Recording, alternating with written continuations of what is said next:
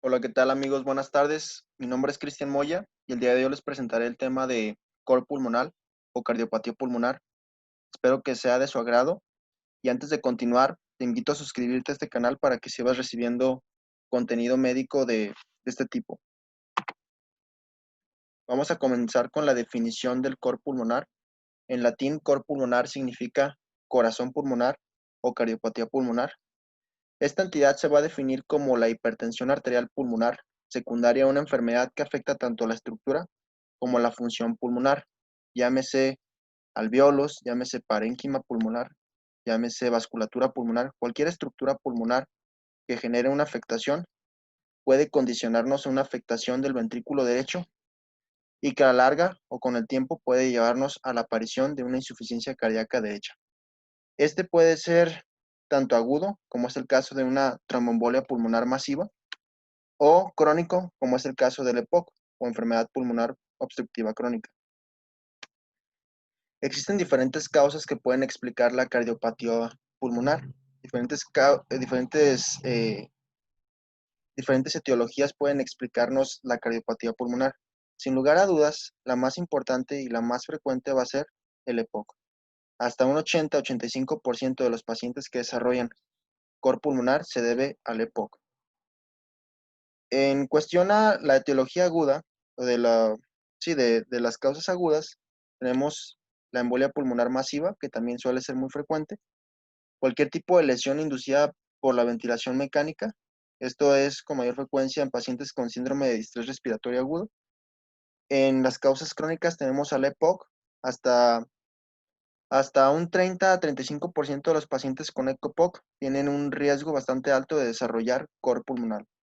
Y del total del cor pulmonar, de un 80-85% correspondan a esta etiología. También existen otras causas crónicas, como es la pérdida extensiva del tejido pulmonar debido a una cirugía o algún traumatismo, tromboembolia pulmonar recurrente o crónica no resuelta, enfermedades venoclusivas pulmonares, esclerosis sistémica, llámese una colagenosis sistémica, llámese una esclerodermia de Crest, cualquier tipo de situación que conduzca a infiltrados escleróticos que generen una afectación pulmonar, creándonos un patrón restrictivo, puede ser causa de cor pulmonar. Fibrosis pulmonar intersticial, que también nos ofrece un patrón restrictivo, sifoscoliosis. En general, también cualquier afectación que genere una alteración de la cavidad torácica puede generarnos un cor pulmonar por un daño mecánico directo a los pulmones, como es el caso de la sifoscoliosis. La obesidad también es otro factor de riesgo, pues que nos condiciona a una afectación mecánica de los pulmones, obesidad con hipoventilación alveolar. Enfermedades neuromusculares que comprometan los músculos respiratorios, ¿sí? Ya sea un Guillain-Barré, miastenia gravis, cualquier alteración neuromuscular que nos genere una disfunción en estos músculos respiratorios también puede ser causa de cardiopatía pulmonar. Hipotensión alveolar idiopática también es importante. Y aquí no se incluyen, pero también es importante mencionar algunos trastornos centrales como la apnea del sueño. Vamos a pasar a la fisiopatología de esta entidad. Lo que vamos a tener aquí es que cualquier entidad que afecte los pulmones, llámese EPOC, llámese tromboembolia pulmonar, cualquier entidad ya anteriormente mencionadas, va a afectar a los pulmones generándonos una hipoxia alveolar. La hipoxia alveolar representa el eje o el centro de esta patología porque a partir de aquí se generan los cambios tanto a nivel vascular como a nivel cardíaco, pues que nos generan el cor pulmonar. Esta hipoxia alveolar que se genera por la patología subyacente nos va a condicionar a diferentes mecanismos patogénicos como es el remodelado del lecho vascular pulmonar y la vasoconstricción pulmonar, ¿sí? Estos son los dos principales fenómenos que van a cursar los vasos sanguíneos pulmonares para que se desencadene la hipertensión pulmonar. En el remodelado del lecho vascular pulmonar vamos a tener que conforme estos vasos sanguíneos se exponen a estados de hipoxia, genera un cambio en la estructura de estos vasos sanguíneos pulmonares, generándonos un crecimiento de las íntimas de estas arterias pulmonares. Entonces, pues este remodelado consiste en hacer las arterias más gruesas y por lo tanto, pues que favorezcan el aumento en las presiones pulmonares arteriales. La vasoconstricción pulmonar también va a ser muy importante. Em, Recordemos que la hipoxia tiene diferentes efectos en los diferentes vasos sanguíneos. Dependiendo de los vasos sanguíneos que estamos hablando, va a ser el efecto. En el caso de los pulmones, genera una vasoconstricción pulmonar, pero en, en los vasos sanguíneos sistémicos o periféricos genera una vasodilatación, ¿sí? Todo esto nos va a condicionar a que tanto el remodelado del lecho vascular pulmonar como la vasoconstricción pulmonar nos va a condicionar a un aumento de las presiones pulmonares, una hipertensión pulmonar. Para definir una hipertensión pulmonar, tiene que haber una presión arterial pulmonar media mayor a 20 milímetros de mercurio. Lo normal es que un individuo, en términos fisiológicos, mantenga una presión de 10 a 15 milímetros de mercurio. Pero ante situaciones como el EPOC o cualquier otra patología, pues esta presión arterial pulmonar aumenta y mayor a 20, pues ya se considera una hipertensión pulmonar. Esto va a ser importante porque la hipertensión pulmonar condiciona un aumento en las resistencias vasculares pulmonares.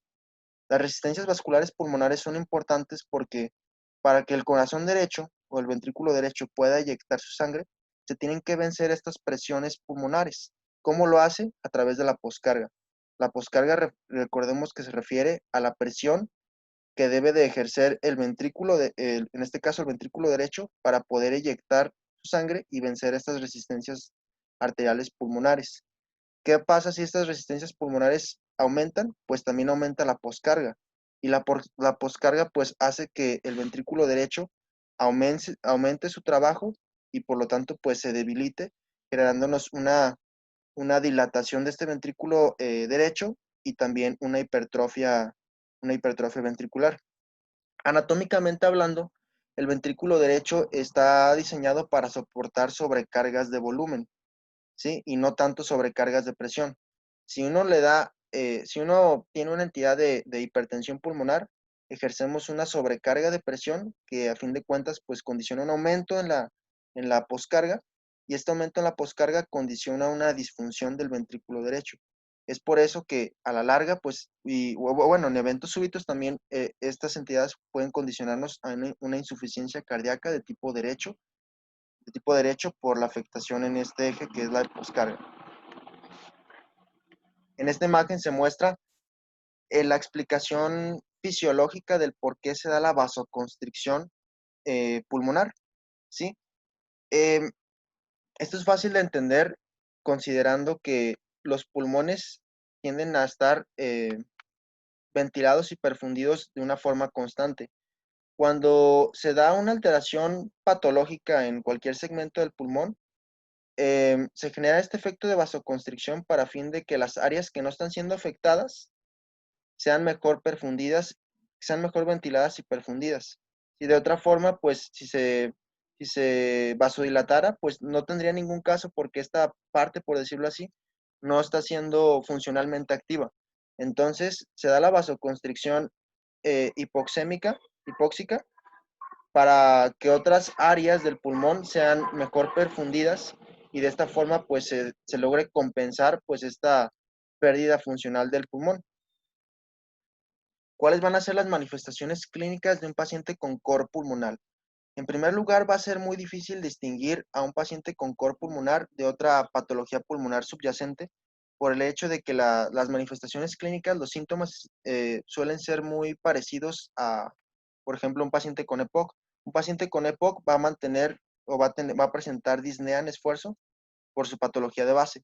Sin embargo, pues en los pacientes con cor pulmonar, el síntoma más frecuente va a ser la disnea en esfuerzo, pero pues también pueden presentar fatiga, letargia, síncope por esfuerzo, dolor torácico por la patología de base también, la ascitis por los síntomas congestivos de la insuficiencia cardíaca derecha, distensión abdominal asociada a la ascitis y edema en miembros inferiores. El edema en miembros inferiores puede estar explicado por numerosos mecanismos. Uno de estos es la activación del sistema renina-angiotensina-aldosterona, la activación del sistema nervioso simpático y el aumento en la liberación de la hormona antidiurética. Todo esto pues favorece tanto la retención de sodio como la, la reabsorción de agua que, pues a fin de cuentas, condiciona la formación del edema. Además, recordemos que cuando se da una insuficiencia cardíaca derecha, pues este corazón derecho pues ejerce un reflujo, un flujo retrógrado, por decirlo así, por medio de la vena cava inferior, lo cual pues favorece la formación de edema. Hay ciertos signos que también se van a ser muy frecuentes en la patología del coro pulmonar, como puede ser la distensión venosa yugular. Esto también se explica por la insuficiencia cardíaca derecha. Si no ejerce una buena función de bomba al corazón derecho, pues esto hace que el flujo regrese por la vena cava superior y se dé esta distensión venosa yugular. Edema periférico, por lo mismo, en este caso la vena cava inferior es la que hace el flujo retrógrado y pues favorece los síntomas congestivos. Soplos, sobre todo asociados a insuficiencia o ingurgitación tricuspidia. Y también se ha observado que existe un mayor pronunciamiento, por decirlo así, del componente pulmonar durante el segundo ruido cardíaco, hepatomegalia y ascitis por los mecanismos congestivos de la insuficiencia cardíaca derecha. Y bueno, también parte del diagnóstico es a través de los hallazgos electrocardiográficos. A través de la electrocardiografía nosotros podemos identificar si la patología de base pues corresponde a un cor pulmonar agudo o a un cor pulmonar crónico. En los hallazgos de un cor pulmonar agudo, lo que vamos a encontrar en primer lugar va a ser un cambio en el eje, un cambio hacia el eje derecho o un cambio del eje QRS en el plano frontal. Aquí pues vamos a ver que el eje va a estar inclinado a la derecha, tomando en cuenta que se encuentra a más de 30 grados centígrados, a más de 30 grados a la derecha de su posición habitual. También podemos encontrar una aparición transitoria de una onda T aplanada o negativa en derivaciones precordiales derechas. Estos dos signos electrocardiográficos son más frecuentes en pacientes con EPOC presentando exacerbaciones o reagudizaciones.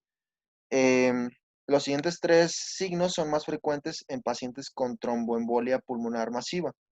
Y esto es, bueno, en el caso de un embolismo pulmonar agudo, el patrón de S1Q3T3, o también conocido como complejo de McGuinn-White, ¿sí? En este podemos observar que la onda S en la derivación de 1 se encuentra deprimida y profunda.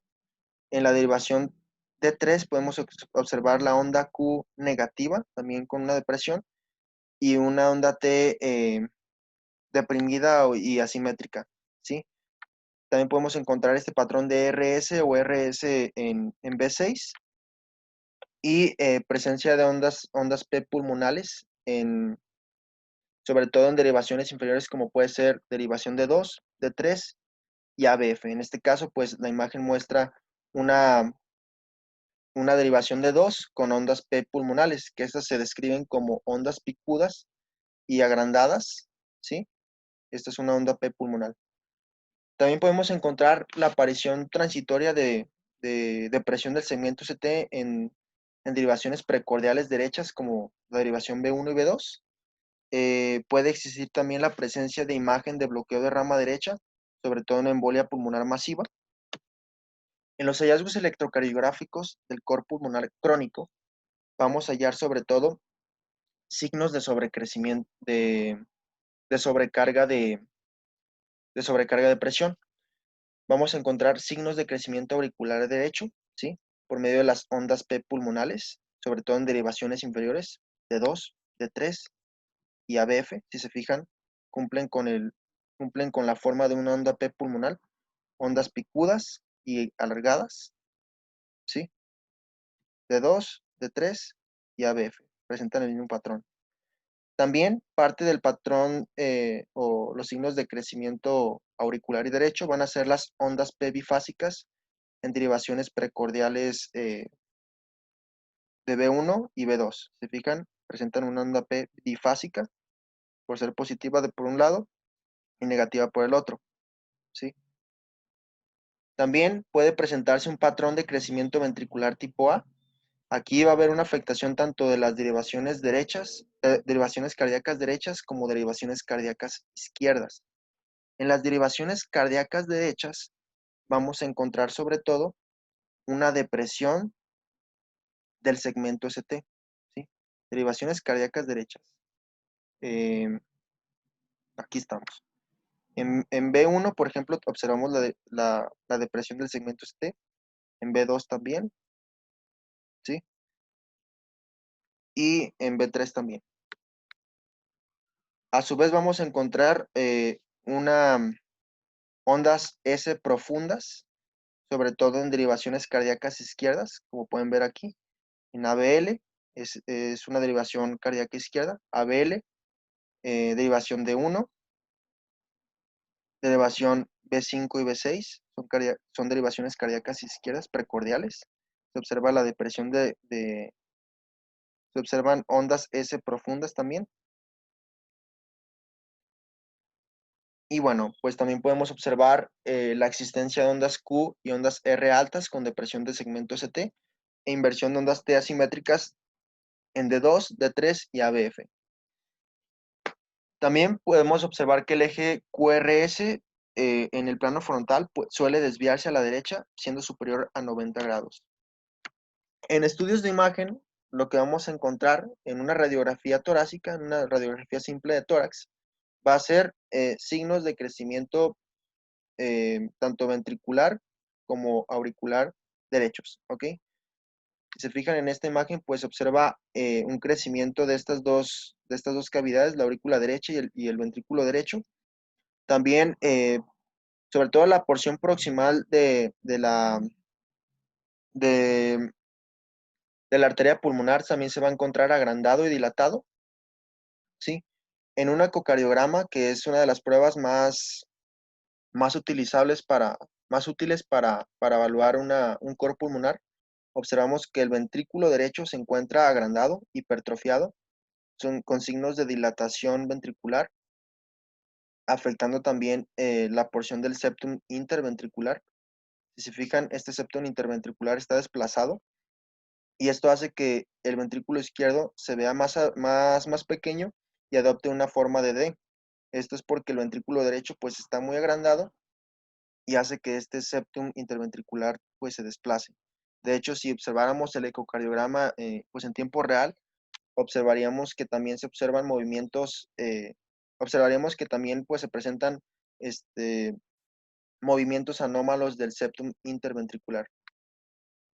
Todos estos signos van a ser característicos pues de la sobrecarga de presión y sobrecarga de volumen producto de la hipertensión arterial pulmonar. Otros estudios de imagen nos van a ser útiles como son la espirometría. La espirometría nos va a servir para evaluar tanto volúmenes pulmonares como la capacidad de perfusión y nos va a ayudar a identificar si el trastorno es un trastorno obstructivo, un trastorno restrictivo o un trastorno combinado mixto. La gammagrafía de ventilación-perfusión nos va a ayudar a evaluar sobre todo hipertensión arterial pulmonar asociada a tromboembolismo crónico. La resonancia magnética cardíaca nos va a ayudar a medir los volúmenes y a evaluar sobre todo el corazón derecho.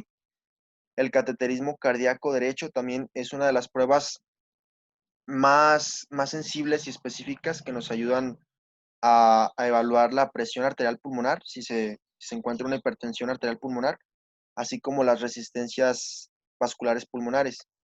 Representa el patrón o prueba de oro, pues, en las pruebas para evaluar este tipo de presión y resistencia pulmonar. Sin embargo, pues es una prueba muy invasiva que se reserva, pues, bajo ciertas circunstancias. La TAC torácica también va a ser de utilidad, sobre todo para evaluar enfermedades parenquimatosas pulmonares o presencia de émbolos pulmonares. En estudios de laboratorio, vamos a tener que la biometría hemática nos va a servir para identificar si existe una buena compensación eritrocitaria. Generalmente, ante estados de hipoxia, nuestros eritrocitos, la eritropoiesis en general tiende a aumentar. Esto nos va a dar lugar a eritrocitosis o policitemia, ¿sí? Pues para fin de que estos eritrocitos compensen los mecanismos de hipoxia, que se generan más eritrocitos y estos pueden, pues, traer, transportar el oxígeno y los gases de una forma más efectiva. En una gasometría podemos observar que existe, pues, hipoxemia, trastornos ácido-base como puede ser una acidosis respiratoria e hipercapnia. También si hacemos pruebas bioquímicas, podemos evaluar los péptidos natriuréticos, sobre todo el péptido natriurético cerebral, suele estar elevado. Esto es producto pues de la distensión o estiramiento del ventrículo derecho, pues producto de la insuficiencia cardíaca y de la hipertensión arterial pulmonar. También podemos hacer pruebas de escrutinio para descartar trastornos del tejido conectivo, como puede ser la esclerodermia de Crest, lupus o artritis reumatoide, pues también se pueden asociar. Respecto al tratamiento, vamos a mantener a lo menos 5 objetivos en el tratamiento del cor pulmonar. Lo primero que tenemos que hacer es tratar directamente la etiología o causa subyacente. Si no corregimos esta causa, va a ser muy difícil que a pesar del tratamiento farmacológico o cualquier otra medida terapéutica, pues resulte efectivo porque pues va a seguir siendo recurrente. O sea, tenemos que tratar, por ejemplo, el EPOC para evitar que el cor pulmonar regrese. Tenemos que revertir la hipoxemia mediante eh, oxígeno suplementario, mejorar la contractilidad ventricular derecha, ya sea con el uso de inotrópicos, digoxina, cualquier otro fármaco que aumente la contractilidad, disminuir las resistencias vasculares mediante vasodilatadores pulmonares selectivos, puede ser óxido nítrico, algunas prostaciclinas, antagonistas del receptor de endotelina como el Bosentan, y mejorar la hipertensión pulmonar. Tenemos que tratar la causa subyacente, como ya mencioné. En caso de POC, podemos emplear broncodilatadores, como pueden ser beta-2 agonistas como salmeterol, salbutamol, etcétera. Corticosteroides, antibióticos para prevenir exacerbaciones del EPOC y oxígeno suplementario.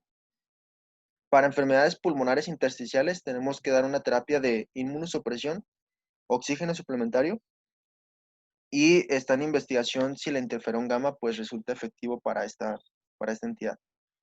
En personas que estén expuestas crónicamente a altas altitudes, lo recomendable es que estos regresen al nivel del mar para corregir pues este trastorno.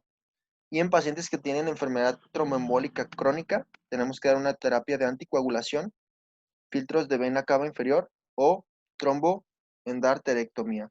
Son las opciones terapéuticas que se ofrecen. En las intervenciones terapéuticas, como ya había mencionado, el oxígeno suplementario va a ser muy importante. Esto pues va a ser muy útil sobre todo porque si se corrige la hipoxia o a lo menos se trata de compensar, pues todos los mecanismos fisiopatológicos del remodelado vascular, la vasoconstricción, pues tienden a mínimo controlarse o disminuir. Los vasodilatadores pulmonares como el óxido nítrico, prostaciclinas, inhibidores de fosfodiesterasa como el sildenafil para corregir la hipertensión pulmonar son bastante efectivos. Anticoagulación, ya sea con una heparina o con cualquier fármaco anticoagulante, pues puede ser bastante efectivo. También, aquí no se menciona, pero también el tratamiento fibrinolítico puede ser efectivo en caso de que existan muchas recidivas o que se trate de una enfermedad pues grave, hablando del tromboembolismo pulmonar. Diuréticos van a ser muy efectivos, sobre todo diuréticos de asa como la furosemida, se emplean para corregir los síntomas congestivos de la insuficiencia cardíaca derecha, como es el caso del edema, como es el caso del edema periférico bilateral. Glucósidos digitálicos como la digoxina, en caso de una terapia crónica que involucre una disfunción ventricular izquierda o presencia de una fibrilación auricular, se puede dar también digoxina. Inotrópicos como puede ser la dobutamina, o en caso de que pues sea un problema más obstructivo, por decirlo así, podemos utilizar la cirugía para llevar a cabo una reducción del volumen pulmonar, y en casos pues ya un poquito más avanzados podemos emplear también el trasplante pulmonar o trasplante cardiopulmonar, sobre todo en pacientes que tienen cardiopatías congénitas que pues conlleven a un cor pulmonar. Por mi parte ha sido todo. Espero que este video les haya sido de utilidad. Eh, no olviden suscribirse a este canal para recibir más contenido como este. y hasta la próxima. Nos vemos.